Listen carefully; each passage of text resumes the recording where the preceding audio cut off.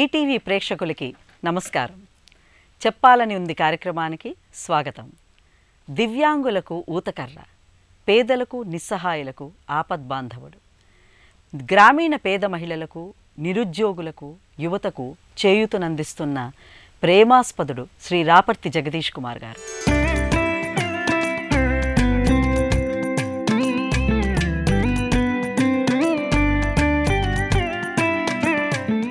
శ్రీ గురుదేవ charitable trust స్థాపించి ఆ ట్రస్ట్ ద్వారా సమాజంలో విద్య, వైద్యం, ఆరోగ్యం, భక్తి, యోగ రంగాల్లో విశేష కృషి చేస్తున్న శ్రీ రాపర్తి జగదీష్ కుమార్ గారు ఈరోజు మన చెప్పాలనుంది కార్యక్రమానికి అతిథిగా విచ్చేశారు.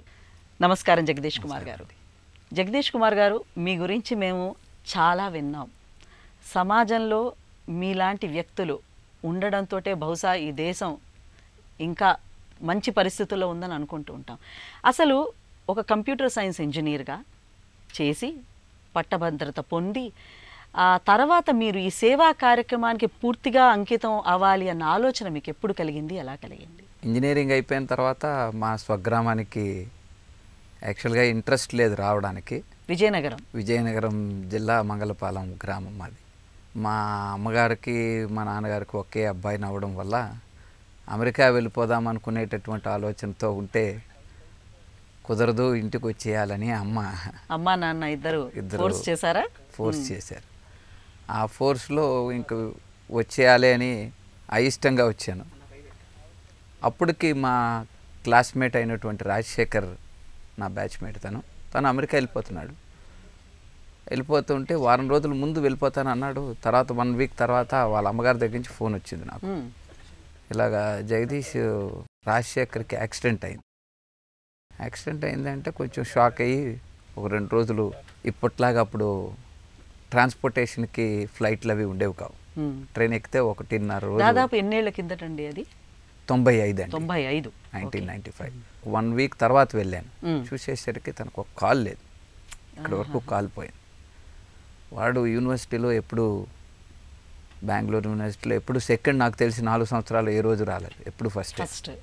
దానికన్నా బాధ ఏంటంటే పక్కనే ఉండే వాళ్ళ అమ్మగారి మాటలు బాగా ఎక్కువగా బాధేసేవి.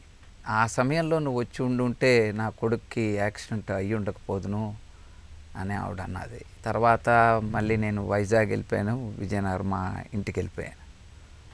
మళ్ళీ ఒక 3 మంత్స్ తర్వాత తన కాల్ వేయడానికి ఏదో ప్రయత్నం చేస్తే జైపూర్లో వేస్తారని వినికిడితో అక్కడికి వెళ్దాము, అప్పటికి హైదరాబాద్లోని వేస్తారన్నారు. కానీ మంచి కాల్ ఎక్కడైనా ఉన్నది అంటే జైపూరే అన్నారు.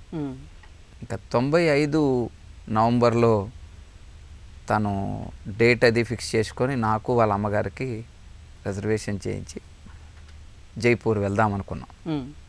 నేను మళ్ళీ కొన్ని కారణాల వల్ల ఆగిపోవాల్సి వచ్చింది.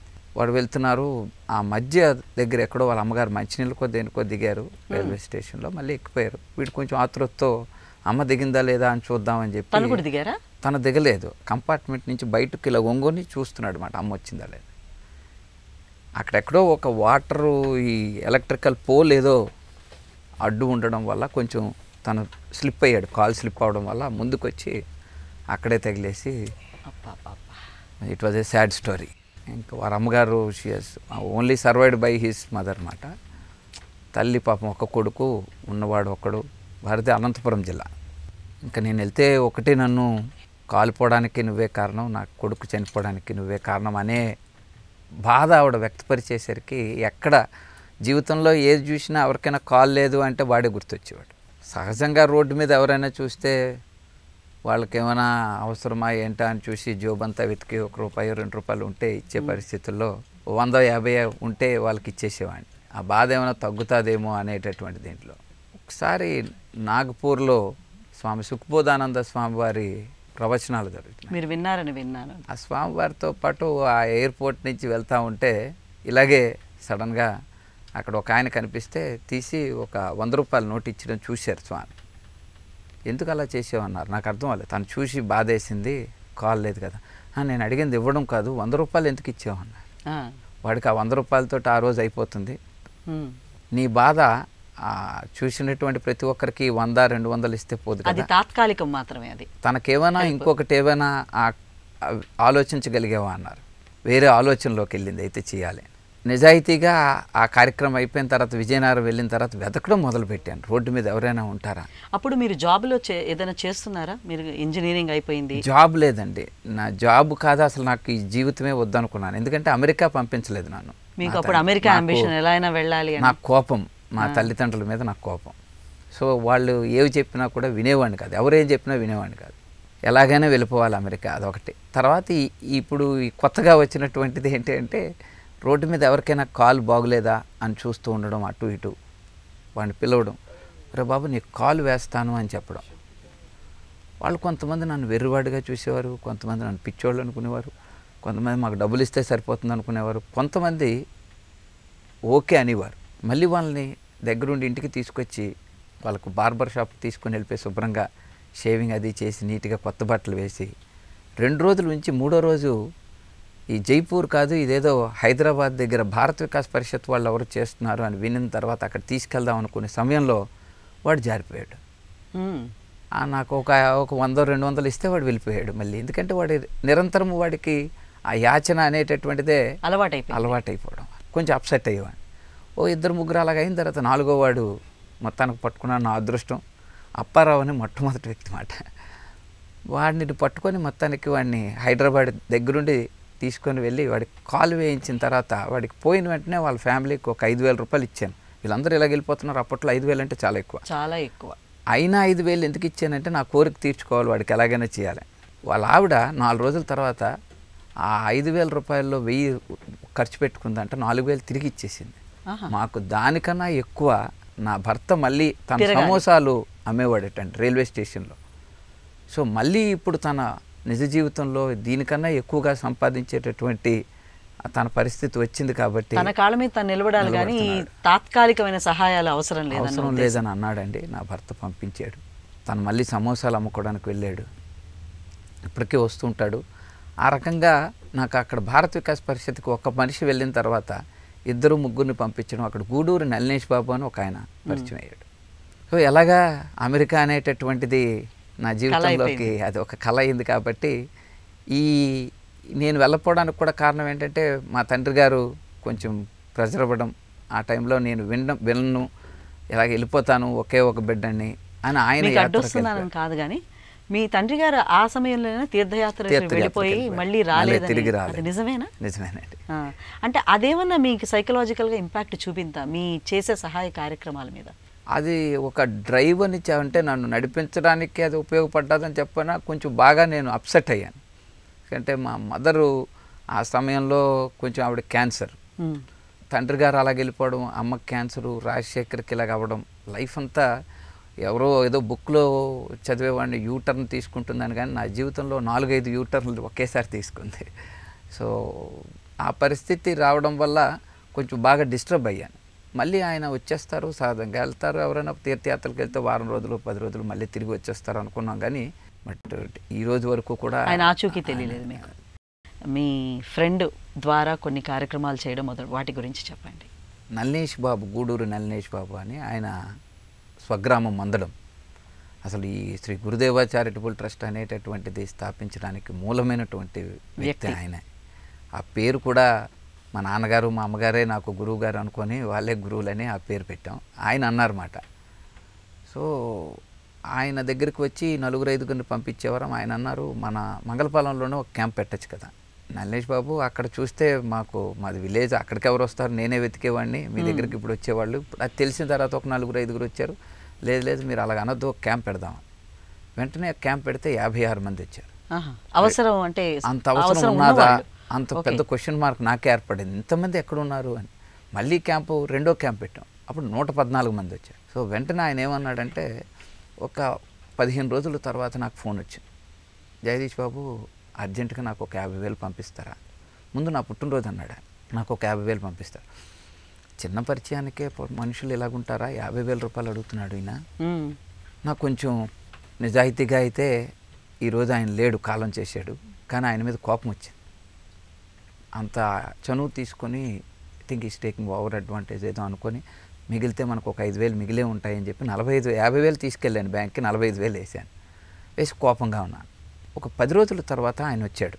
వచ్చి మా ఊరు వచ్చి మా గేటు దగ్గరికి వచ్చి, కొంచెం నన్ను జగదీష్ బాబు అని గట్టిగా పిలిచారు.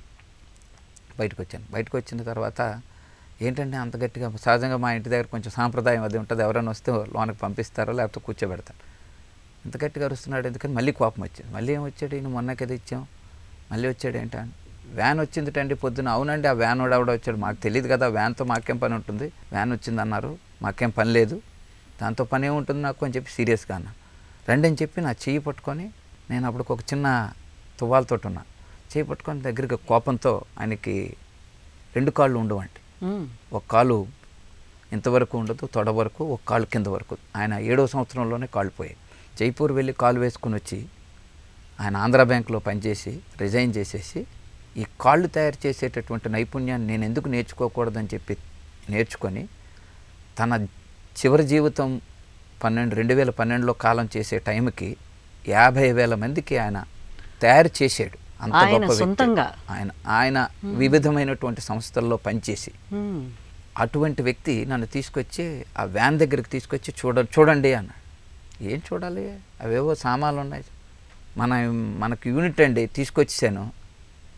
3 లక్షల రూపాయలు విలువైనటువంటి సామాన్లంతా కూడా 45,000 కట్టి ఆయన డబ్బులు కొంత వేసి 4 రోజులు ఆగమని చెప్పి తీసుకొచ్చి అక్కడ పెట్టడంతో అది చూసి మీ ఫీలింగ్స్ ఎలా ఉన్నాయి? నేను అన్నా, మీరు కొంత నెగిటివ్గా మనం ఆలోచిస్తాము. ఆయనకి చెప్పేశా, చెప్పితే పాపం పోతుంది అని అంటారు కాబట్టి ఏదో నేను ఇలాగ అనుకున్నాను మీ గురించి. 2 కాళ్ళు లేవు, మీ ఉండుంటే అసలు 2 కాళ్ళు గట్టిగా పట్టుకొని దండం పెట్టాలనిపిస్తున్నది అంటే ఇప్పుడైనా పెట్టచ్చు అన్నాడు ఆయన. నిజంగా అక్కడ నుంచి మొదలైనటువంటి ఇది చిన్నగా ప్రయాణం. తర్వాత ఇప్పుడు అంటే కాళ్ళు చేతులు లేని వాళ్ళకి మీరు సహాయం అందిస్తున్నారు. దాని నుంచి మెల్లిగా మిగతా ఫీల్డ్స్ అంటే యోగా, భక్తి, ఆరోగ్యం, వీటికి ఎలా మీరు సేవా కార్యక్రమాలు ఎక్స్టెండ్ చేశారన్నది? ప్రత్యేకంగా మా సంస్థ 90% ఈ కాళ్ళు చేతులు లేని వాళ్ళ మీద దీని కాన్సన్ట్రేషను. ఉండేటటువంటి తల్లి, మా తండ్రి గారు సంపాదించినటువంటి ఆస్తి ఏదో అడపదడప అమ్ముతూ చేసేవాడిని. 160 ఎకరాలు ఉందని విన్నాను, నిజమేనా? 122 ఎకరాలు. 122 ఎకరాలు. ఇది మొత్తం అమ్మేశారా? సొంత ప్రాపర్టీ, హెరిటేజ్ ప్రాపర్టీ అది. మొట్టమొదటిలో కాస్త మొండితనంగా పెంకితనంగా ఉండేటప్పుడు కోపంతో అమ్మేవాడిని, తర్వాత అవసరంతో, తర్వాత బాధ్యతతో. 2010వ సంవత్సరంలో మా విశాఖపట్నానికి చీఫ్ కమిషనర్ ఇన్కమ్ ట్యాక్స్కి కేవి చౌదరి గారు ఆయన్ని సుఖ్బోధానంద స్వామి వారు నాకు పరిచయం చేశారు. ఆయన విశాఖపట్నం వచ్చినప్పుడు సహజంగా మా కార్యక్రమానికి ఎవరో ఒకరు గెస్ట్ వచ్చి బాగుంటుంది, అలాగా చౌదరి గారు కూడా చాలా ఉన్నతమైనటువంటి వ్యక్తి, ఆయన వస్తే బాగుంటుందని వెళ్ళి నేను నల్లేష్ బాబు ఇద్దరం వెళ్ళి ఇన్వైట్ చేశాం. వచ్చారు. ఆయన వచ్చినప్పుడు 10 కుర్చీలు వేసి చిన్న టెంట్ వేసి కార్యక్రమం చెప్పి తమకు చెప్పినట్టుగా ఇలాగ ఏం చేస్తున్నారు, ఎలాగ డబ్బులు అవి వస్తున్నాయి. అప్పటికి పెద్దగా లక్షల్లో కాకపోయినా సంవత్సరానికి ఒక 10-15 లక్షలు అయ్యేది. ఎలాగా అంటే ఇక్కడ భూమి అమ్ముతున్నామండి అన్న. ఇది కాదు పద్ధతి అని. అప్పుడు మాకు 10వ వార్షికోత్సవం. ఆ వార్షికోత్సవానికి సెప్టెంబర్ 5వ తారీఖుని ఆయన వచ్చారు. ఆగస్టులో సెప్టెంబర్ 5వ తారీఖు వార్షికోత్సవానికి ఎంత భూమి అమ్మేశారు? ఒక 40 ఎకరాల దాకా. నేను ఎందుకు అడుగుతున్నానంటే ఈ రోజుల్లో 1 సెంటు భూమి ఉంటే మన సొంత వాళ్ళకే మనం ఇవ్వడానికి కాస్త వెనకాడతాం. అటువంటిది సమాజం గురించని మీరు హ్యాపీగా ఏ జాబు చేయకుండా దర్జాగా కాళ్ళ మీద కాళ్ళు వేసుకుని బతికేంత ప్రాపర్టీ మీ దగ్గర ఉంది. జస్ట్ సమాజ సేవ గురించి 40 ఎకరాలు అమ్మినప్పుడు మీకు అసలు ఎప్పుడైనా రేపొద్దున నా పరిస్థితి ఏంటి, నా కుటుంబ పరిస్థితి ఏంటి అని ఎప్పుడైనా మీకు ఆలోచన రాలేదా? ఆలోచన అయితే వచ్చింది కానీ బాధ లేదండి. బాధ కన్నా ఆలోచనే పెద్దదైంది కానీ బాధ చిన్నదైపోయింది. మరి మీ కుటుంబం సహాయ సహకారాలు ఎలా ఉన్నాయి? అమ్మ ఒక్కరితే నాకు సపోర్ట్ అంతా మా అమ్మ.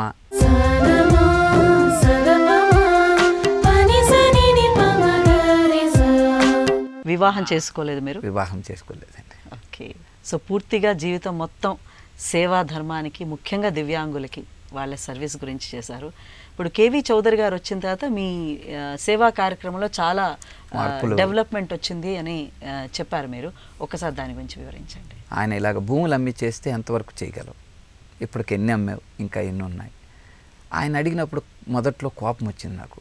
ఈయన ఎందుకు ఒక గెస్ట్గా వచ్చారు, తర్వాత సహజంగా గెస్ట్ వచ్చిన తర్వాత ఆయన పని అయిపోతుంది. వాళ్ళు ప్రశ్నించే ముందే నేను వారికి సమాధానం చూపించేవాడిని, లేదా వాళ్ళు ప్రశ్నించేటటువంటి పరిస్థితి వస్తుందంటే దాన్ని దాటవేసేవాడిని. అలాగా చౌదరి గారు అడిగినప్పుడు కొంత కోపం వచ్చింది, కానీ తర్వాత మళ్ళీ ఆయన మహోన్నతమైనటువంటి వ్యక్తి నా గురించి తెలుసుకొని దీనికి ఒక పద్ధతి ఉంటుంది అని చెప్పి 2010 సెప్టెంబర్ 5వ తారీఖు మా యానివర్సరీకి స్టీల్ ప్లాంటు, హెచ్పిసిఎల్, అక్కడ ఉండేటటువంటి పోర్టు, ఈ 3 సంస్థల తాలూకా ప్రతినిధుల్ని వాళ్ళ పేర్లు అవి రాసి వీళ్ళకి ఫోన్ చెయ్యు, నేను వస్తున్నానని చెప్పు, నేను చెప్పానని చెప్పు అని చెప్పి ఆయన చెప్పారు. 3వ తారీఖున మళ్ళీ కార్డు పట్టుకొని వెళ్ళాను, ఆయన పేరు వేసి. వీళ్ళకి చెప్పమని నన్ను చెప్పేవా అన్నారు. మళ్ళీ చూసి చెప్పలేదండి అన్నాను. ఎందుకు అంటే నేను ఒకరి దగ్గరికి వెళ్ళేటప్పటికి ఒక అరగంట వాళ్ళు వెయిట్ చేయమన్నారు. అరగంట నుంచి 2 గంటలు అయ్యేసరికి కొంచెం బాధేసింది. ఎప్పుడైతే 2 గంటలు 3 గంటలు వెయిట్ చేయాలి అనేటప్పుడు నేను వెయిట్ చేస్తున్నాను అనుకున్నాను తప్ప నేను ఒక మంచి కార్యక్రమం మీద వెయిట్ చేస్తున్నాను అనేటటువంటి జ్ఞానం అప్పటికి నాకు కలగలేదు. దానివల్ల అది సార్కి చెప్పకుండా అక్కడ అలా నించుండిపోయాను. ఆయన అది కూడా నన్ను, ఎందుకంటే నా మనసు ఎరిగినటువంటి మనిషి, నా తల్లిదండ్రుల తర్వాత నన్ను బాగా చదివినటువంటి వ్యక్తి ఆయనే, అర్థం చేసుకొని ఆయనే మళ్ళీ చొరవ తీసుకొని వాళ్ళని ఇన్వైట్ చేసి ఆయన ఆ కార్యక్రమానికి వచ్చినప్పుడు వారి తండ్రి గారు కొసరాజు పూర్ణచంద్రరావు గారని, ఇప్పుడు మా ట్రస్ట్లో బిల్డింగ్లన్నీ ఆయన పేరునే ఉంటాయి, ఆయన అసలు పట్టుపెట్టాడు. ఒక్క సెంటు కూడా నువ్వు అమ్మకూడదు జగదీష్, నువ్వు అమ్మితే నా మీద ఒట్టు అని ఒక పెద్ద ఆనకట్ట వేశాడు. అడ్డుకట్ట కాదు, ముందు అది అడ్డుకట్ట అనుకున్నాను, తర్వాత తెలిసింది అది ఆనకట్ట. ఈరోజు మిగిలినటువంటి ఆ 15 ఎకరాలైనా మిగిలేయి అంటే పూర్ణచంద్రరావు గారు వారి అబ్బాయి గారికి చెప్పో, లేకపోతే మొత్తం మీద సార్కి నా మీద ఉండేటటువంటి వాత్సల్యంతో, ప్రేమతోటి, ఎప్పుడైనా ఏదైనా నాకు అవసరమని ఈ రోజుకి 2010 నుంచి ఇప్పటి వరకు 10 ఏళ్ళు అవుతుంది, ఏ రోజు కూడా సార్ నాకు ఇది ఈ కంపెనీకి చెప్పండి అని, ఈ అవసరం అని ఎప్పుడు చెప్పలేదు. ఆయనంతటా ఆయనే అర్థం చేసుకుని, అంత గొప్ప వ్యక్తులు తల్లి తండ్రి తర్వాత ఉండేటటువంటిది అదృష్టం, నిజంగా అదృష్టం అండి. అయితే ఈ గిరిజన మహిళలకి సహాయం అందించాలన్న ఆలోచన మీకు ఎలా వచ్చింది? మేము ఈ కృత్రిమ అవయవాలు ఇచ్చేటటువంటి సమయంలో అక్కడికి వెళ్ళి చూస్తే అక్కడ ఉండేటటువంటి వారి కుటుంబం, ఒక ఆయన సింబు అనేటటువంటి వాడికి 2 కాళ్ళు లేవండి, వాడు ఎందుకంటే బాగా ఎక్కువ పరిచయం ఆ ఫ్యామిలీతో. వారి పత్ని పార్వతి మాట వాళ్ళ ఆవిడ. 1 సంవత్సరము తర్వాత వాళ్ళ 4 పిల్లలు, 9 నెలలు, సంవత్సరం 2 నెలలు, సంవత్సరం 1 నెల గ్యాప్ ఆ పిల్లలకి. చూస్తే 4 పిల్లలు, ఈయనకి 2 కాళ్ళు లేవు.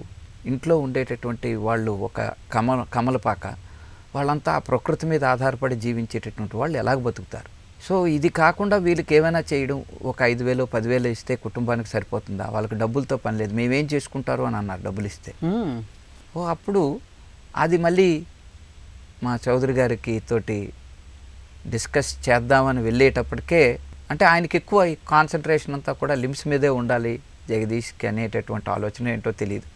ఎప్పుడు ఇందులో ఉండేటటువంటి ఆధ్యాత్మిక కార్యక్రమాలైనా ఇంకొకటైనా దీన్ని వేరుగా ఉండాలి అనేటటువంటి ఆలోచనతోటి ఆధ్యాత్మికత వేరు అని అనేవారు.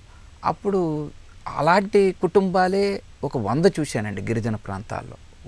మా అమ్మకి క్యాన్సర్ ఉంది, అలాగే అక్కడ చెక్ చేస్తే చిన్నజీయర్ స్వామి వారు సంస్థ ద్వారా ఈ బ్రెస్ట్ క్యాన్సర్ వారికి చెక్ చేస్తుంటారు. అక్కడ చూస్తే గిరిజన ప్రాంతాల్లో ఎక్కువ మంది ఉన్నారు.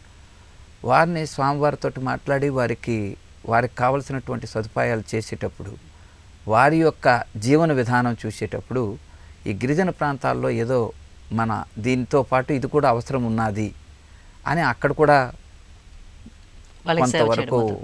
అయితే భక్తికి సేవకి ఎలా ముడిపెట్టారు మీరు? సహజంగా గిరిజన ప్రాంతాల్లోని లేదా మన జీవన విధానాల్లోని కూడా మనం ఎవరికైనా ఒక వ్యక్తి చెప్తే మందు తాగద్దురా అని చెప్తే వాడు వినేవాడు కాదు, లేకపోతే నువ్వు ఈ తప్పు పని చేయొద్దురా అంటే వినేవాడు కాదు. దేవుడి పేరు చెప్తే వాడు విశ్వాసమైనటువంటి అయ్యప్ప స్వామి మాల వేసుకున్నప్పుడైనా లేదా వెంకటేశ్వర స్వామి మాల వేసుకున్నప్పుడైనా వీడు మందు ఆగేవాడు. ప్లస్ మాకు అరకు, ఆ విశాఖపట్నం, విజయనగరం జిల్లాల్లో చూస్తే ఎక్కువగా ఈ గంజాయి ఎక్కువ పంట కూడా చేస్తుంటారు. సో ఈ గంజాయి యూసేజ్ అన్న తగ్గించారా మీరు బాగాను? దానికి వారికి ఈ గవర్నమెంట్ వాళ్ళు ట్రైఫెడ్ అనేటటువంటి ఆర్గనైజేషన్ ద్వారా పసుపు అక్కడ వేయడం, లేదా వారికి అక్కడ ఉండేటటువంటి పరిస్థితుల్లో వారు వేసుకునేటటువంటి ఏ ధాన్యాలు అయితే ఉంటాయో, ఏ విత్తనాలు అయితే ఉంటాయో అవన్నీ కూడా వారికి సమకూర్చేటటువంటిది ఆ చేసేటటువంటి కార్యక్రమం. వారి విశ్వాసానికి అనుగుణంగా, వారు క్రైస్తవులైతే వారు ఎవరో ఫాదర్ తీసుకొచ్చి, ఒరే బాబు నీ మొదటి పిల్లడికి రెండో పిల్లడికి కాస్త గ్యాప్ ఇవ్వాలి నువ్వు. సో అటువంటి పరిస్థితి వాళ్ళకి ఇప్పటికి కూడా మీరు నిన్న కాక మొన్న 2 రోజుల క్రితం డోలీ పట్టుకొని ఒక గర్భిణీ స్త్రీని 14 కిలోమీటర్లు తీసుకొని వస్తుంటే 12వ కిలోమీటర్లో డెలివరీ అయిపోయింది. అంటే సమాజము, గవర్నమెంటు ఇవన్నీ చేస్తూ ఉన్నా ఇంకా అవసరం చాలా ఉన్నది. విద్య దాన్ని ఎలా భాగం చేసుకున్నారు? అంటే ఉచితంగా ఎవరికైనా విద్య అందించడమా, లేకపోతే ఎలాగది? ఇప్పుడు మా దగ్గరికి వచ్చినటువంటి పిల్లలు, ఈ కాళ్ళు చేతులు పోయినటువంటి పిల్లలందరూ ఉంటారండి. వాళ్ళ కాళ్ళు వేసిన తర్వాత వారి ఆర్థిక పరిస్థితులు చూసి ఆ పిల్లలకి సహజంగా బయట వాళ్ళకి కాకుండా ఓన్లీ హ్యాండిక్యాప్డ్గా, అది కూడా మా దగ్గరికి వచ్చినటువంటి పిల్లలు, వరలక్ష్మి అనేటటువంటి అమ్మాయి చిన్నప్పుడు, యామిని అనేటటువంటి అమ్మాయికి అయితే 3 సంవత్సరాలు పాపప్పుడు చౌదరి గారి చేతుల మీదుగా కాలు వేయించాం. ఇప్పుడు ఆ అమ్మాయి రాజమండ్రిలో చదువుకుంటుంది, 10వ తరగతి చదువుకుంటుంది, భరతనాట్యం చేస్తుంది. ఈటీవీ వారు ఇచ్చినటువంటి కార్యక్రమంలో కూడా భరతనాట్యం చేసింది. ఇక్కడి వరకు కాలు ఉండదు, కాలు లేదు. వరలక్ష్మి అనేటటువంటి అమ్మాయికి ఇక్కడి వరకు కాలు ఉండదండి. ఆ అమ్మాయి కూడా భరతనాట్యం చేస్తుంది. సో వారికి చదువుకునేటటువంటి ఈ భరతనాట్యాలు ఇవి నేర్చుకొని వీళ్ళు చదువును ఏమైనా పక్కన పెట్టేస్తున్నారేమి. నేను వారికి కావాల్సినటువంటి సదుపాయాలు, ఆ స్కూల్ ఫీజు కావనండి, ఏదైనా కాస్తంత మనం చేయవలసినటువంటి ఇది ఎక్కడైతే ఉంటుందో అక్కడ గమనించి అది చేయడం జరుగుతుంది వాళ్ళకి ఇంట్రెస్టెడ్ సబ్జెక్ట్స్లోని. అయితే ఈ పిల్లల్లోని చాలామంది, అంటే కొంచెం చిన్న పిల్లలుగా మీరు తీసుకుని ఉంటారు, కొద్దిగా యువతను కూడాను, వాళ్ళు ఎవరైనా బాగా సెటిల్ అయ్యి ఇప్పుడు సంపాదిస్తున్నారా బాగా? మా దగ్గరికి కృష్ణ అని ఒక అబ్బాయి వచ్చేవాడు. 1998వ సంవత్సరంలో నాకు తన పరిచయం. తను బ్లైండ్. ఎప్పుడు కూడా బ్లైండ్ వాళ్ళకు కూడా మేము పెన్షన్స్ ఇస్తూ ఉంటాం ఎవ్రీ మంత్. కృష్ణ అనేటటువంటి కుర్రాడు వచ్చి, మీకు ఆశ్చర్యం, ఆ అబ్బాయి 2004లో బ్యాంకు ఉద్యోగి అయ్యాడు. ఇప్పుడు అబ్బాయికి 75,000 జీతం. తనంతట తనుగా ఆ ఉద్యోగం తెచ్చుకున్న తర్వాత ఇంకా 8 మందికి సహాయం చేసి ఉద్యోగాలు వేయించాడు. అంటే అతను ఉద్యోగం చేస్తున్నప్పుడు మీకు ఎప్పుడైనా ఎక్స్పీరియన్సెస్ షేర్ చేసుకున్నారు? ఆయన పక్క వాళ్ళు విసుక్కోవడం కానీ, బ్లైండ్ కదా సరిగ్గా చేయలేకపోవడం కానీ, వారికి ఇట్లాంటివి ఏమైనా? చాలా సార్లు జరిగాయి. తనని ట్రాన్స్ఫర్ చేయించడం జరిగింది. జరుగుతాయండి, సహజంగా మానవుల్లో డిఫరెన్స్ ఉంటుంది. సాధారణంగా మన తెలుగులో ఒక సామెత ఉంది, వివాహం విద్యనాశాయ అంటారు. మీరు వివాహం చేసుకోలేదని విన్నాను. దానికి ఏమైనా కారణం ఉందా ప్రత్యేకంగా? ప్రత్యేకం అంటూ కారణం ఏం లేదండి. చాలామంది నన్ను అడిగారు, ఏమైనా పెళ్ళి ఏమైనా సర్వీస్ కడ్డని చేసుకోలేదా లేకపోతే ఏంటా అని. కానీ మా అమ్మ చెప్తుంటుంది చాలాసార్లు. మా అమ్మ ఒక 1 కోటి పైనే అడిగి ఉంటుంది, 1 కోటి సార్లు పైనే. తల్లి తర్వాత 2వ స్థానం భార్యకి ఇస్తారు, నువ్వు అది కోల్పోతున్నావు అని మా అమ్మ అంటుంటుంది. కానీ ఇంకా ఆశ్చర్యకరమైనటువంటి విషయం ఏంటంటేనండి, మా తల్లి నాకేది కావాలి అనేటటువంటివన్నీ కూడా ఆవిడే సమకూర్చారు. మా అమ్మకి కొంత ఆరోగ్యం బాగులేనప్పుడు నాకు 6 మేనత్తలు. సో 1-2 తప్ప తక్కిన వారి పిల్లలందరూ కూడా నా ఏజ్ కన్నా తక్కువ అనమాట. మా అమ్మకి కొంచెం ఆరోగ్యం బాగులేనప్పుడు కొంత మా కుటుంబం నుంచి సపోర్ట్ రాలేదు. అది బాగా నాకు మనసులో గట్టిగా నాటికిపోయింది. దానివల్ల కొంతవరకు నేనేమైనా వివాహం చేసుకుంటే మా అమ్మని చూసేటటువంటి వ్యక్తులు ఎవరైనా ఉంటారా ఉండరా అనేటటువంటిది పెద్ద, అది మా అమ్మ కోసమే ఆగిపోయానని చెప్పకపోయినా ఒంట్లో ఉండే పొగరే నేను చేసుకోవడానికి విరమించుకున్నాను. అంటే మీ సేవా కార్యక్రమాలకి ఒకవైపు భయం కూడా ఉండొచ్చు, ఏదన్నా అడ్డొస్తుందేమో, ఇవి ఆగిపోతాయేమో, అలాంటి ఆలోచన ఏమన్నా? సేవా కార్యక్రమాలకి ఆగిపోతాయని భయం లేదు కానండి, మా అమ్మని చూసుకోరేమో అనేటటువంటి భయం మటుకు ఎక్కువ ఉండేది. ఎందుకంటే చూశాను మా కుటుంబం కొంత మేరకు నేను అనుకునే ఎక్స్పెక్టేషన్ వరకు వారు మాకు సహకరించలేదు. ఇప్పుడు ఒక చారిటబుల్ ట్రస్ట్ మీరు స్థాపించారు, దాని ద్వారా చాలా విశేషమైన కార్యక్రమాలు చేస్తున్నారు. మరి ఇప్పుడు మీ ఫైనాన్షియల్ పరిస్థితి ఎట్లాగంటే ట్రస్ట్కి దాతలు ఉన్నారా, ఎలా నడుస్తుంది ట్రస్ట్? ఎందుకంటే ఇది నిరంతర కార్యక్రమం, ఇది ఆగేది కాదు, ఇంకా ఎక్కువ అవుతూనే ఉంటుంది. తమరు అడిగింది 100కి 100% కరెక్ట్ అండి. ఇది ఒకరు చేసేటటువంటి పరిస్థితి కాదు. అందులోకి మా చౌదరి గారు నా జీవితంలోకి ఎంటర్ అయిన తర్వాత ఈ ట్రస్ట్లో ప్రధానమైనటువంటి పాత్ర పోషించిన తర్వాత చాలా public sector units, coal India, NALCO, steel plant, Visakhapatnam port, వీటన్నిటితో పాటు ఎస్ఏఎల్పిజి, ఓఎన్జీసీ సంస్థల ద్వారా కూడా మేము చాలా రాష్ట్రాల్లో, ఆంధ్రప్రదేశే కాదు, తెలంగాణ, తమిళనాడు, కర్ణాటక, ఒరిస్సా ఈ 5 రాష్ట్రాల్లోని కూడా క్యాంపులు నిర్వహించి చేయడం జరుగుతుంది. ఇది కాకుండా నిరంతరము మాకు ఈ 10 ఏళ్ళ నుంచి మా చౌదరి గారు పరిచయం చేసినటువంటి కుమార్ రాజా కన్స్ట్రక్షన్స్, మాకు సురేష్ బాబు అని ఒక ఏటీఎం కార్డు ఉంటారండి అక్కడ, సింహాద్రి స్టీల్స్ అంటారు, వైజాగ్ ప్రొఫైల్ సింహాద్రి స్టీల్స్ అని సురేష్ బాబు. మేము ఆయన్ని పాస్వర్డ్ కూడా లేని ఏటీఎం కార్డు, పాస్వర్డ్ కూడా లేని మేము ఇలా కార్యక్రమం పెడుతున్నాము అంటే చాలు ఆయన వెంటనే మాకు కావలసినటువంటి ఏది కావాలా అనేటటువంటిదంతా కూడా సమకూరుస్తుంటారు. కుమార్ రాజా కన్స్ట్రక్షన్ వారి అబ్బాయి తేజాబాబు అని, ఆ అబ్బాయి పేరు మీద ఆ అబ్బాయి 4 ఏళ్ళు అయింది కాలం చేశాడు వారి బాబు. వారి బాబు పేరు మీద పుట్టినరోజుకి, ఆ జయంతికి, వర్ధంతికి కూడా వారు దివ్యాంగులకి విశేషమైనటువంటి వారి యొక్క ఆర్థికమైనటువంటి సహాయం గత 10 ఏళ్ళ నుంచి చేస్తున్నారు. మీ సేవా కార్యక్రమాలను ఆపకుండా నిర్విరామంగా ఎలా చేయగలిగారు?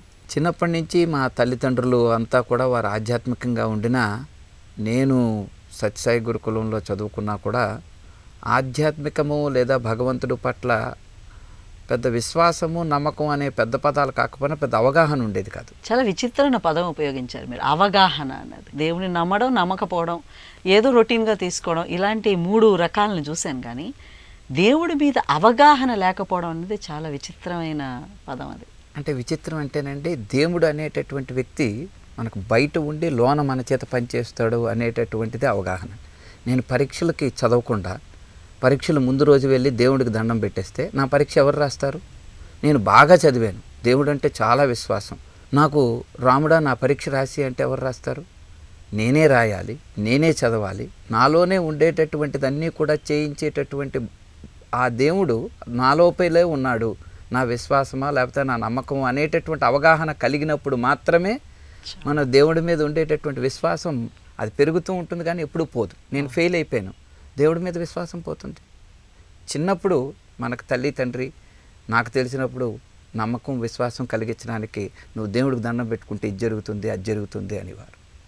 తర్వాత మనకు తెలిసిపోయింది మనమే చేస్తున్నాం కదా అని, అప్పుడు మన దేవుడికి నమ్మకం చేయంగా. కాబట్టి అవగాహన ఉంటే, ఈ భక్తి పట్ల అవగాహన ఉంటే విశ్వాసం ఎప్పుడూ కూడా విశ్వాసం కిందే ఉంటుంది అని మా తల్లి నాకు చెప్పినటువంటి వాక్యం. ఫ్యూచర్ ప్లాన్స్ ఏంటి? ట్రస్ట్ ఇప్పుడు మీరు కొంత ఏటీఎం కార్డ్స్లు అవన్నీ ఉన్నాయి, కానీ అట్ ద సేమ్ టైం మీకు అంటూ ఒక ఫ్యూచర్ ప్లానింగ్ ఉండాలి కదా. అంటే మీరు చేస్తున్న ఈ సేవా కార్యక్రమాలు ఎప్పుడు ఆగిపోకుండా కంటిన్యూస్గా నడవాలి అంటే మీరు ఏం ప్లాన్ చేస్తున్నారు? మాకు సిసిఎల్ ప్రొడక్ట్స్ రాజేంద్ర ప్రసాద్ గారు, నేనున్నాను జగదీష్ నువ్వు చెయ్యి అని చెప్పి ఆయన మాకు 10 లక్షల రూపాయలు, అంటే చిన్నజీయర్ స్వామి వారు మొన్న వచ్చి మా ట్రస్ట్కి వచ్చి గోశాల అది చూసి 10 లక్షలు ఇచ్చి, ఆదిలాబాద్లో ఎంపీ ల్యాడ్స్ ఫండ్స్ వచ్చి ఆగిపోయండి మళ్ళీ వెనక్కి వెళ్ళిపోయాయి అంటే నేనున్నానని చెప్పి ఆదిలాబాద్లో 250 మందికి మేము డిస్ట్రిబ్యూట్ చేయాలంటే నేను కూడా నీతో పాటు ఆదిలాబాద్ వస్తానని చెప్పి జీయర్ స్వామి వారు మాతో పాటు వచ్చి 20 ఏళ్ళు అయిందంటండి ఆ గ్రామానికి, ఆ ఊరు వెళ్ళి. అక్కడికి వెళ్ళిన తర్వాత వారు అందరూ అంటున్నారు మీ దయ వల్ల వచ్చారండి. లేదండి, స్వామికి మా మీద ఉండేటటువంటి ప్రేమ. నన్ను ఈ ట్రస్ట్ని ముందుకు నడిపించడానికి మూలమైనటువంటి స్తంభాలు నా తల్లి తండ్రి, తర్వాత నేను మర్చిపోలేనటువంటి వ్యక్తులు చౌదరి గారు, చిన్నజీయర్ స్వామి వారు, మా సుబ్బోధానంద స్వామి. మాకు ఈ ట్రైబల్ యాక్టివిటీస్లోని వీటిల్లోని మేము సర్వీస్ చేసేటప్పుడు ఇందాకలా తమతో మాట్లాడుతూ మర్చిపోయాను, వారి ఆర్థిక స్తోమత పరిస్థితులు కూడా చూసిన తర్వాత అక్కడ ఉండేటటువంటి హాస్టల్స్ కూడా చూసినప్పుడు అక్కడ ఉండే ఆ పిల్లలకి శానిటరీ నాప్కిన్స్ అనేటటువంటి ప్రాజెక్ట్ కూడా పెట్టి సెంట్రల్ గవర్నమెంట్లో ఉండే ఐఎఫ్సిఐ అనేటటువంటి ఒక సంస్థ ద్వారా శంకర్రావు గారని ఆయన ప్రోత్సాహంతో ఆ ప్రాజెక్ట్ని సుమారు 22 స్కూల్స్లో ఈ శానిటరీ వెండింగ్ మిషన్స్ అన్నీ పెట్టి వాళ్ళకి అవగాహన చేపించి వాటర్ ప్లాంట్స్, వాటర్ ప్యూరిఫైర్స్, నా ఫ్రెండ్ సురేంద్ర అని తను ఒక 4-5 వాటర్ ప్లాంట్లు అక్కడ స్కూల్స్లో పెట్టించారు. పరిపూర్ణానంద స్వామి వారు ఆయన చేత కొన్ని అక్కడికి ఉండేటటువంటి ఎవరు విశ్వాసం వారికి ఉంటే అక్కడ ఒకవేళ వాళ్ళు క్రైస్తవులే అయ్యి ఉంటే అక్కడ ఉండేటటువంటి ఫాదర్ని ఎవరినో పిలిపించి ఆయన చేత ఓపెన్ చేయించి వారికి అవగాహన, అంటే ట్రైబల్ యాక్టివిటీ ఏరియాలు ఎలాగుంటాయంటే వారికి ఎక్కువ ప్రకృతి మీద ఆధారపడి ఉంటారు, విశ్వాసం ఎక్కువ. మనం ఎన్ని చెప్పినా వారు ఆ ప్రకృతిని నమ్ముతూ ఉంటారు. మీరు అన్నట్టుగా ఒక అది మంచి ఆలోచన ఏంటంటే ప్రకృతికి ట్రైబల్ మమేకం ఉంటారు వాళ్ళు. మనం వాళ్ళని విడదీయడంతో ఈ ప్రాబ్లమ్స్ వస్తున్నాయేమో అని అనుకుంటున్నాం. సో ప్రకృతి పరంగా మీరు ఏమైనా యాక్టివిటీస్ చేశారా? అంటే మొక్కల్ని నాటడం, మిల్లెట్స్ ఉపయోగించడం, వాళ్ళ పంటల్ని అభివృద్ధి చేయడం అలాంటివి. వాళ్ళకు అక్కడ ఉండేటటువంటి గిరిజన సాంప్రదాయాలుగా ఉండేటటువంటి దినుసులు ఏవైతే ఉంటాయో, చింతపండుకి సంబంధించినటువంటిది, కొంతమంది కాఫీ వేస్తున్నారు. ఇప్పుడు ఉండేటటువంటి డ్రాగన్ అనేటటువంటి ఫ్రూట్ ఒకటి అది వచ్చింది, అది మార్కెట్లో చాలా ఎక్కువ ఉన్నదంటే రీసెంట్గా మేము ఒక 4-5 ఎకరాల్లో వేపించాం. ఈ సంవత్సరం ఒక దగ్గర 123 ఎకరాలు పైన మనం పసుపు వారి చేత వేయించడం జరిగింది. ప్రభుత్వ రంగ సంస్థ అయినటువంటి ట్రైఫెడ్ వారి దగ్గర నుంచి ఆ విత్తనం వారి కొనుగోలు చేపించి ఆ డిస్కౌంట్ ప్రైస్లో వాళ్ళకి ఇవ్వాల్సినటువంటిది ఏదైతే రాయితీలు ఉంటాయో అవన్నీ వచ్చి వాళ్ళ చేత పసుపు కూడా బాగున్నది, పంటల్లోని కొంచెం లాభదాయకంగా ఉండేటటువంటిది ఇది అని చెప్పి ఈ సంవత్సరమే అది కూడా చేయడం జరిగిందండి. ఇన్ని కార్యక్రమాలు చేస్తున్న మీకు ఎప్పుడైనా గవర్నమెంట్ నుంచి, ప్రభుత్వాల నుంచి ఏదైనా ప్రోత్సాహం వచ్చిందా? స్టేట్ గవర్నమెంట్, సెంట్రల్ గవర్నమెంట్ వారి దగ్గర నుంచి రాలేదు కానండి, మనసుండేటటువంటి ఎందరో మంది మహానుభావులు మేమున్నామని చెప్పి నా భుజం తట్టి ఆర్థికంగా డబ్బులు ఒకటే ముఖ్యం కాదని మా తల్లి చెప్పినటువంటి వాక్యంతో, వారి మాటలతో, వారు చేసేటటువంటి ధైర్యం, నువ్వు ఇది చేస్తే బాగుంటుంది, అది చేస్తే బాగుంటుందని. మా చౌదరి గారు ఎప్పుడు చెప్తారు, నువ్వు కాళ్ళు ఇస్తున్నావు, చేతులు ఇస్తున్నావు, తర్వాత ఇప్పుడు నిన్నటి వరకు వాడికి ఏదో అడుక్కునేవాడు, వాడు ఎవరో ఒకరి దగ్గరికి వెళ్తే వాడి మీద దాన్ని ఏమంటారు, ఒక జాలి ఉండేది, వాడికి ఒక 50 రూపాయలు 100 రూపాయలు నీలాగే ఇవ్వాలనుకునేవారు. కానీ ఇప్పుడు నువ్వు ఇచ్చిన తర్వాత అది కూడా ఆగిపోయింది, జాలి కూడా లేదు, వాడి కాళ్ళ మీద వాడే నిలబడేటటువంటి పరిస్థితి నువ్వు ఇవ్వడం వల్ల కోల్పోయింది. ఆ పరిస్థితికి మళ్ళీ నువ్వు ఏదో ఒకటి ఏర్పాటు చెయ్యంటే ఆటో డ్రైవర్స్ సుమారు ఒక 70 మంది ఆటో డ్రైవర్లు కాళ్ళు పోయిన తర్వాత మళ్ళీ వాళ్ళకి ఆటో కొనిపించి, మనం ఆ మూలధనంలో ఎంతో కొంత కట్టి వారికి ఆటో కొనిపించి, అక్కడ ఉండే ఆర్టీఓ ఆఫీసర్లు వాళ్ళతోటి రిక్వెస్ట్ చేసి వారికి మానవత్వం అనేటటువంటిది ఒకసారి మా ట్రస్ట్కు చూపించి తీసుకొచ్చి ఇటువంటి వ్యక్తులు ఉంటారని చెప్పి పర్మిషన్ ఇప్పించి చేపించినటువంటి దాఖలాలు ఉన్నాయండి. ఇప్పుడు మీరు ఆంధ్రప్రదేశ్లో విజయనగరం జిల్లాలో పుట్టి అక్కడ గురుదేవ చారిటబుల్ ట్రస్ట్ స్థాపించి ఇవన్నీ చేస్తున్నారు. పక్క రాష్ట్రాల్లో కూడా మీరు బాగా విస్తరించారు, అంటే తమిళనాడు, కర్ణాటక. ఇది ఎలా జరిగింది, ఎవరి సహకారంతో? ఇదంతా ప్రభుత్వ రంగాల సంస్థలు అయినటువంటి పిఎస్యులు, దాని వెనకాతలు ఉండేటటువంటి పబ్లిక్ సెక్టర్ యూనిట్స్, చౌదరి గారు చెప్పడం, ఆయన సెంట్రల్ విజిలెన్స్ కమిషనర్గా చేసేటప్పుడు అత్యున్నతమైనటువంటి స్థానంలో ఉండేటప్పుడు ఆయన రికమెండేషన్, నాకు తెలిసి వారి అబ్బాయికి కూడా ఆయన రికమెండ్ చేసి ఉంటాడు. ఆయన అందరికి చాలామందికి 100% ఆయన అంటే ఇష్టం ఉండదు, ఎందుకంటే ఏ రికమెండేషన్ ప్రోత్సహించడం. కానీ నా అదృష్టం, ఆయన గుండెల్లో ఎప్పుడు ఉండేటటువంటి మనిషిని, ఎవరికైనా జగదీష్ అంటే వెంటనే ఆయన జగదీష్ చేసే మంచి పని అని చెప్పి ప్రోత్సహించేటటువంటిది. 78 కుటుంబాలకి ఈ కాళ్ళు చేతులు అంటే పోలియో ఉండేటటువంటి ఆడపిల్లలకి కుట్టు మిషన్లు అవి కూడా మా శంకర్రావు గారు ఐఎఫ్సిఏ చైర్మన్, ఆయన ద్వారా తీసుకొచ్చినటువంటివి. మా చౌదరి గారు చెప్పినటువంటి దీని మీద పూర్ణచంద్రరావు గారి పేరు మీద స్కిల్ డెవలప్మెంట్ సెంటర్ పెట్టి, మా అదృష్టం ఏంటంటే సెప్టెంబర్లో మొదలుపెట్టామండి ఆ ప్రాజెక్ట్. సెప్టెంబర్, అక్టోబర్, నవంబర్, డిసెంబర్కి అయిపోయింది.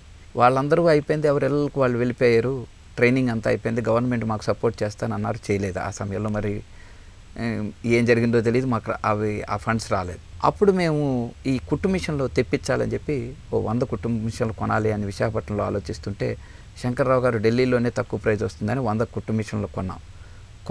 వాటి మీద ఇవన్నీ తయారు చేయించాం, వాళ్ళకి కుట్టు మిషన్లు అన్నిటికీ ట్రైనింగ్ ఇప్పించాం, అంతా అయిపోయింది.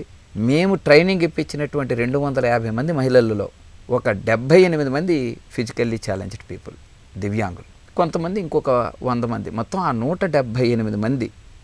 ఆశ్చర్యం ఏంటంటే అండి, వాడికి పొద్దున్న బ్రేక్ఫాస్ట్, మధ్యాహ్నం లంచ్ ఏర్పాటు చేసి 4 లక్షల మాస్కులు మా సంస్థ ద్వారా కుట్టి ప్రభుత్వానికి, వేరే సంస్థలకి కూడా డబ్బులకే ఇచ్చాం, ఫ్రీగా ఇవ్వలేదు. చాలా గ్రేట్ సర్వీస్. ఆ డబ్బులన్నీ కూడా వీళ్ళు ఒక్కొక్కరు కూడా 22,000, 21,000, 20,000, 18,000 చెప్పిన దగ్గర 170 మంది మహిళలు 5 నెలల పాటు ఈ ప్రాజెక్ట్ని చేసాం. 4 లక్షల పైనే ఈ మాస్కులు అవి కూడా తయారు చేయించాం. మీరు కొన్ని సామూహిక దివ్యాంగులకి వివాహాలు చేశారని విన్నాం, నిజమేనా?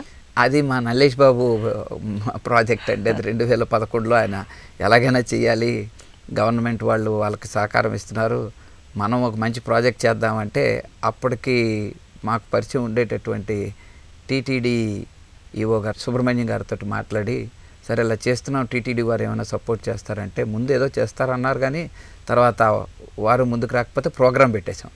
ఇంకెలాగైనా అని చెప్పేసి 72 మంది దివ్యాంగులకు ఒకేసారి వివాహాలు చేసాం. అప్పుడప్పుడు వాళ్ళని వెళ్ళి చూస్తూ ఉంటారు. వారందరూ వస్తూ ఉంటారు. మాకు ఇంకా పెద్ద దీంట్లో ఉండేటటువంటి ఈ సంస్థలో ఉండేటటువంటి అతి ఎక్కువ ఇప్పటివరకు వచ్చినటువంటి డొనేషన్లో చెప్పడం మర్చిపోయాను, క్షమించాలి. ఆ డొనేషన్ మాకు 2009వ సంవత్సరం, అది మే 15వ తారీఖు మా నల్లేష్ బాబు పుట్టినరోజు. కొంచెం బాధేస్తుంది, ఆయన లేడనేటటువంటి బాధ, అది లోటు. ఆ రోజు మేమంతా ఈ బర్త్డే కేక్ అది పెట్టి అందరూ చేస్తుంటే ఆ రోజు మాకు అతిపెద్ద ఒక సంఘటన జరిగింది. మేము అందరు ప్రిపేర్ అవుతున్నాం. ఒక ఆయన వచ్చి డాడీ డాడీ అని నన్ను ఇలాగంటుంటే చిరాకు పడ్డాను, ఆగరా అని. కొంచెం తాగేసి ఉన్నాడు, ఆగరా అన్నా. తర్వాత నల్లేష్ బాబు దగ్గరికి వెళ్తే ఆయన పాపం ఇంకా గట్టిగా దెబ్బలాడాడు. వాడు లెపర్సీ పర్సన్, వాడికి ఒక కాల్ లేదు. వాడు మళ్ళీ వచ్చి మధ్యలోకి వస్తే మా వాళ్ళు వాడిని లాక్కొని వెళ్ళిపోతుంటే ఎందుకో అని చెప్పి మనసు ఆగక వాడి దగ్గరికి వెళ్ళాను. ఏంటంటే అక్కడికే దగ్గరికి వెళ్ళేసరికి బాగా ఎక్కువ వాసన వస్తుంది. కొంచెం ఇక వీడిని తన్నాలి అనే పరిస్థితికి వెళ్ళేసరికి 2 చేతుల్లో ఇలాగ ఉంటాయండి. వాడికి వేళ్ళు ఏవి ఉండవు పాపం, 2 కూడా పట్టుకోవడానికి కూడా వీళ్ళు ఉండదు. ఆ 2 చేతుల్లో నేను వాడు ఇలా చూపిస్తున్నాడు ఏంటి అని. ఈరోజు నాకు కాల్ వేసిన గురువు గారు పుట్టినరోజు కదండి, నేను చర్చి దగ్గర అడుక్కుంటాను, డబ్బులు తీసుకొచ్చాను అని చెప్పాడు. కొంచెం బాగా ఎక్కువ బాధ వేసింది, వాడిని కౌగిలించుకున్నాం. సో అటువంటి పరిస్థితులు చాలా ఎక్కువ ఉంటాయండి. సహజంగా దివ్యాంగుల్లో మేము ఏదో ఒకటి చెయ్యాలి, వాడు బండి డ్రైవ్ చేయగలడు, 2 చేతులు లేవు. 2 చేతులు లేనటువంటి వ్యక్తి, వాడు కోల్పోయినటువంటి వ్యక్తి, వాడు నెలకి 15,000 రూపాయలు సంపాదిస్తున్నాడు. షేక్ భీమ్ అని చెప్పేసి వాడు. సాధారణంగా ఇప్పుడు నాలాంటి ఒక మామూలు మనిషి దగ్గరికి ఎవరైనా ఒక దివ్యాంగుడు వచ్చి నాకు ఉద్యోగం ఇవ్వు అంటే మేము హెజిటేట్ చేస్తాం, సరిగ్గా చేయగల, అది నిజం, మనం అందరం యాక్సెప్ట్ చేయాల్సిందే. అలాంటి పరిస్థితులప్పుడు మీరు ఏమైనా ఎంకరేజింగ్గా అంటే ఆ ఉద్యోగాలు ఇచ్చే వాళ్ళకి మాట్లాడడం, వాళ్ళకి కోచింగ్ లాంటిది కన్సల్టెంట్గా ఏదైనా చేయగలిగారా మీరు? మా దగ్గరే ఉండేటటువంటి ఉద్యోగస్తుల్లో 25 మంది నా ఎంప్లాయీస్, అందులో 11 మంది దివ్యాంగులే. మ్యాక్సిమం మేము సపోర్ట్ చేయడం, అంతకు మునుపు కూడా ఇప్పుడు ఉండేవాళ్ళ పూర్వం కూడా మా దగ్గర ఉండేటటువంటి వ్యక్తులకి మేము ట్రైనింగ్ ఇప్పించి, వారు ఉండి వాడు డ్రైవర్ అనుకోండి కాలిపోయింది, మళ్ళీ వాడికి డ్రైవింగ్ వృత్తి మీద వాడికి ఉండేటటువంటి ఇంట్రెస్ట్గా ఉంచి అక్కడ వారం రోజుల నుంచి వాళ్ళకి పంపిస్తుంటాం. మీరు పంపిస్తారు, కానీ తీసుకునే వాళ్ళు ముందుకు వస్తారా? అందుకే మేము సహజంగా ఈ క్యాంప్స్ పెడుతుంటాం. ఓకే, క్యాంప్స్ అవేర్నెస్ కల్పించడం, వాళ్ళు కూడా మనతో పాటు ఉండేటటువంటి వ్యక్తులే. సో వాళ్ళు చెయ్యగలరు అని మన దగ్గర ఉండేటటువంటి వాళ్ళు కూడా చేయగలరు. ఈ మాస్కులు కూడా మేము కలెక్టర్ గారికి, ఎస్పీ గారికి కూడా మేము ఇచ్చినప్పుడు చెప్పాం, ఇవి విలువైనటువంటి మాస్కులు అండి. చేతులు కాళ్ళు లేనటువంటి వ్యక్తులు, కాళ్ళు లేకపోతే వాళ్ళకి మిషన్ లేపించి ఆ మిషన్ ద్వారా కుట్టిపించామండి. ఒట్టి చేతితో మాత్రమే కుట్టినటువంటి పిల్లలు మా దగ్గర ఒక అమ్మాయి ఉంటుంది. ఆ అమ్మాయికి ఇంతవరకు చెయ్యి ఉండదు, తన దగ్గర ఒక 500 మాస్కులు ఈ ఒక్క చేతితోటే కుట్టింది. చాలా గ్రేట్. సో అవన్నీ అంటే వాళ్ళలో ఉండేటటువంటి మనోధైర్యం. ఇప్పుడు మీ మేనల్లుడి గురించి చెప్తారా? ఏదో ఇన్సిడెంట్ జరిగింది మీకు. మా మేనల్లుడు కూడా యాక్చువల్గా ఈ దివ్యాంగుల పట్ల ఉండేటటువంటి సానుభూతి అని అనుకుంటారు, కానీ వారిలో పెద్దగా ఈ స్టడీ చేయడానికి కారణం కూడా మా మేనల్లుడు ఫణీంద్ర అండి. వాడు చిన్నప్పుడే వాడు కూడా చెవిటి మూగ, వాడికి మాటలు రావు అని చెప్పేశారు విశాఖపట్నంలో. నేను ఈ బెంగళూరులో చదువుకున్న తర్వాత నాకు ఉండేటటువంటిది పరిస్థితుల్లో ట్రై చేసి చూస్తే ఎక్కడున్నది అంటే all India institute of speech and hearing మైసూర్లో వాళ్ళు ఏదో ట్రైనింగ్ ఇస్తున్నారని తెలిసింది. అక్కడికి వెళ్తే దానికన్నా rotary school for mother and child వాళ్ళు ఏదో ట్రైనింగ్ ఇస్తున్నారని తెలిస్తే అక్కడికి వెళ్తే వీళ్ళ దగ్గర ఏదో మిషన్ పెట్టి చేస్తున్నారు, కానీ అక్కడికైతే వాళ్ళ తల్లిని ముందు ట్రైన్ చేస్తున్నారండి, పిల్లడికి కాకుండా. అలాగే మా అక్కని తీసుకొని వెళ్ళి అక్కని అడిగాను, అక్కను ఉండగలవా అని అంటే ఉంటానని. ఒక 5 సంవత్సరాలు మైసూర్లో ఉండిపోయి తనకు ట్రైనింగ్ ఇచ్చి కింద సంవత్సరం తను బీడీఎస్ పూర్తి చేసుకున్నాడు. ఇప్పుడు శుభ్రంగా మాట్లాడతాడు, కానీ 110 డెసిబెల్స్ డీబీ వాడికి. అంటే చెవి మిషన్ తీసేస్తే ట్రైన్ యొక్క శబ్దం కూడా వినిపించదండి. బై మిస్టేక్ పడిపోయింది అనుకోండి, ట్రైన్ హార్న్ కొట్టింది, పక్కనే ఉన్నాడు, వినిపించదు. అంత బ్రహ్మచెవుడుగా ఉండినటువంటి వ్యక్తి కూడా ఈరోజు వాడు బీడీఎస్ పూర్తి చేసుకొని డాక్టర్ అయ్యాడు అంటే, సో అది వారి తల్లి, అంటే తల్లి పాత్ర చాలా గొప్పది అని ఒక విశ్వాసం నెంబర్ 1. నెంబర్ 2, వాళ్ళలో ఉండేటటువంటి నిగ్రహమైనటువంటి ఇది ఎలాగైనా నేను పట్టుదల చేయాలి అనేటటువంటి పట్టుదల వాడిని కూడా ఇంత ముందుకు తీసుకుని వచ్చింది. ట్రస్ట్ ద్వారా ఇంకా ఏమేం చేద్దాం అనుకుంటున్నారు? వీటిని చేసి ఇంకా సస్టైనబిలిటీ చేయాలండి. ఇప్పటికి అంటే ఇది ఎప్పటికప్పుడు అందరూ అనుకున్నట్టుగా ఏదో ఒకటి అమ్మడమో లేకపోతే ఏదో ఒకటి చేయడమో ఇప్పటికీ కాకుండా ఏదైనా దీనికి ఒక మూలమైనటువంటి దీనికి ముడి సరుకులు ఏంటంటే అవసరం చూసి మూలధనాన్ని దాని మీద తర్వాత నెక్స్ట్ ఈ దివ్యాంగులకి కావాల్సినటువంటి ఇప్పటివరకు మేము తయారు చేసేటటువంటిది భారతదేశంలోనే అతి తక్కువ డబ్బులతో తయారు చేసేటటువంటి తేలికపాటి కృత్రిమ అవయవం. 3,000 రూపాయలు 2,000 రూపాయల కన్నా ఎక్కువ ఉండదు. కానీ ఇప్పుడు మార్కెట్లో ₹1,00,00,000 విలువైనటువంటి లిమ్స్ ఉన్నాయి. వాటిని బ్లేడ్ రన్నర్ అని పిస్టోరియా అని వినే ఉంటారు. వాడు 2 పారా ఒలింపిక్స్కి వెళ్ళాడు. 400 మీటర్ హర్డిల్స్లో గోల్డ్ మెడల్ 3 సార్లు తెచ్చుకున్నాడు. ఆయన వేసుకునేటటువంటివి బయోనిక్స్ అనేటటువంటి కంపెనీ వాళ్ళు ఇచ్చారు. అవి టోటల్లీ ఆటోమేటెడ్. మేము కూడా ఒక 20,000 30,000 రూపాయలు లేదా ఆటోబాక్ ఎండోలైట్ విపరీత బోల్డ్ అన్ని కంపెనీలు ఉన్నాయి ఇందులో ఈ తయారు చేసేటట్టు. అవి మేము కొంచెం ముందు దూకాం కానీ దాని రిపేరీ మళ్ళీ దానికి ఏమైనా వస్తే రిపేర్ చేసుకునేటటువంటి స్తోమత మళ్ళీ ఆర్థికంగా వేరుకుండదని చెప్పి మళ్ళీ మేము వెనక్కి తగ్గి ఇప్పుడు చేస్తునేటటువంటి HDPE పైప్ తోటి హై డెన్సిటీ పాలిఎథిలిన్ అంటారు ఆ ప్లాస్టిక్ పైప్తో తయారు చేసే జైపూర్ లెగ్నే దానికన్నా కొంచెం లైట్ వెయిట్ ఉంటుంది మాకు మేము ఇచ్చేటటువంటి. ఇంత వర్క్ చేస్తున్నారు కదా, ఎప్పుడైనా విసుగు అనిపించిందా, కోపం వచ్చిందా? మనం ఎందుకు చేయాలి ఇది? కొన్ని చాలాసార్లు వచ్చే సందర్భాల్లో చాలాసార్లు వచ్చే కానండి. వచ్చినప్పుడల్లా నాలో జగదీష్ బాబు ఉంటాడు. వచ్చినప్పుడు వెంటనే నా తల్లి ఉంటుంది. తర్వాత నేను చేసేటటువంటి పని గుర్తొస్తుంటుంది. అవన్నీ తగ్గిపోతుంటాయి. నేను మనిషినే కాబట్టి ఆబ్వియస్గా అవన్నీ వస్తూ ఉంటాయి. గురుదేవ చారిటబుల్ ట్రస్ట్ సేవా కార్యక్రమాలకి ఎప్పుడైనా సమాజంలో ఉన్న ప్రముఖులు ఏ రంగమైన రాజకీయమైనా న్యాయపరమైన సినిమా రంగానికి చెందినవారు వచ్చి మీకు ఎంకరేజ్ చేశారా? ప్రముఖులు అనేటటువంటి దానికన్నా నీతి ధర్మానికి కట్టుబడి ఉండేటటువంటి వారు మా సంస్థకి వచ్చారు. వారు ఎక్కడికి వెళ్ళలేని వారు. వారి యొక్క సంస్థలు కొన్ని పేర్లు నేను చెప్పొచ్చు, కొన్ని పేర్లు వారు ఇప్పుడు ఉండేటటువంటి ప్రధానమైనటువంటి స్థానాల్లో ఉన్నారు కాబట్టి మనం వారి పేర్లు నేను చెప్పలేకపోవచ్చు. కానీ ప్రధాన న్యాయమూర్తులు మా సంస్థకు వచ్చి ఆ న్యాయస్థానంలో వారు ఎలాగైతే ఉంటారో మా దగ్గరికి వచ్చినప్పుడు కూడా అంటే సహజంగా ఏమవుతుందంటే ఒక గెస్ట్ని తీసుకువచ్చిన తర్వాత వారి ఇంపాక్ట్ ఉంటుందండి. ఇప్పుడు ఎవరైనా ఒక పెద్ద వ్యక్తి వచ్చారు అంటే అది నిజాయితీగా ఉంటుందా లేకపోతే ఏంటా అని అన్నీ చూసుకొనే వస్తూ ఉంటారు. వచ్చిన తర్వాత మాకు హోంవర్క్ పెరుగుతుంది. మేమైనా చిన్న చిన్న తప్పులు చేస్తూ ఉన్నా వాటిని లేదా పెద్ద పెద్ద తప్పులు చేస్తున్నా వాటిని సవరించుకునేటటువంటి పరిస్థితులు చాలాసార్లు చాలా సందర్భాల్లో మేము ఈ పరిస్థితికి రావడానికి కూడా అది ఒక పెద్ద మెట్టు అని చెప్పచ్చు. మా అమ్మ పెద్ద వాక్యం చెప్పేదంటే, నువ్వు ఇంత పని చేస్తున్నావు కదా, నువ్వు రోజు దేవుడికి ఏమనరా దండం పెట్టుకుంటావని. అమ్మ నేను ఏముంటుంది ట్రస్ట్ బార్ రన్ అవ్వాలంటే ఏంట్రా, వచ్చేటటువంటి పేషెంట్లకి వాటికి మనం తయారు చేయాలంటే అంటే నువ్వు కాల్ ఇస్తావని ఇంకోళ్ళు ఎవరైనా కాల్ పోగొట్టుకోవాలా ఏంటి, నీ బాధ్యత తగ్గిపోవాలని నువ్వు దేవుడికి కోరుకోవాలి అని ఒక మంచి వాక్యం చెప్పింది. అలాగే నువ్వు చేసేటటువంటి పని ఒకసారి నువ్వు ఎలాగే ఎవరు చెప్పింది వినవు కాబట్టి నీలో నువ్వే తర్కించుకొని అది ఏదైనా బాగుంది అని ఒకసారి మళ్ళీ నువ్వు అనిపించినప్పుడు నీ మనసు కనిపించినప్పుడు చెయ్యని చెప్పడంతో మా ఆడిటర్గా నాకు బాగా ఆవిడ పనిచేస్తుంటుంది. ఏ పని చేసినా పెద్ద ఆడిటర్గా ఉంటూ ఉంటుంది. మంచి క్రిటిక్ ఆవిడ. నా జీవితంలో పెద్ద క్రిటిక్ అండి ఆవిడ. వెన్నుముక చెప్పచ్చు, నాకు మార్గదర్శి అని చెప్పచ్చు, అన్ని రకాల నా వెనకాతలు ఉంటుందని చెప్పచ్చు. మనకి జన్మ అంటూ ఇచ్చిన భగవంతుడు ఆ జన్మని సార్థకత్వం చేసుకోవాలన్న జ్ఞానం కూడా మనకిస్తాడు. కానీ మనలో చాలా కొద్ది మంది ఆ జ్ఞానాన్ని ఉపయోగించుకుంటాం. మరి ఎంతో విస్తృతంగా ఎన్నో రంగాలకి విద్య, వైద్యం, ఆరోగ్యం, భక్తి, యోగా ఇన్ని రంగాల్లో సమాజానికి ఒక విశేషమైన సేవను అందిస్తున్న శ్రీ రాపత్తి జగదీష్ కుమార్ గారికి నిజంగా మన చెప్పాలనుంది కార్యక్రమం తరపున ధన్యవాదాలు తెలుపుకుందాం. Thank you very much Jagadish Kumar గారు.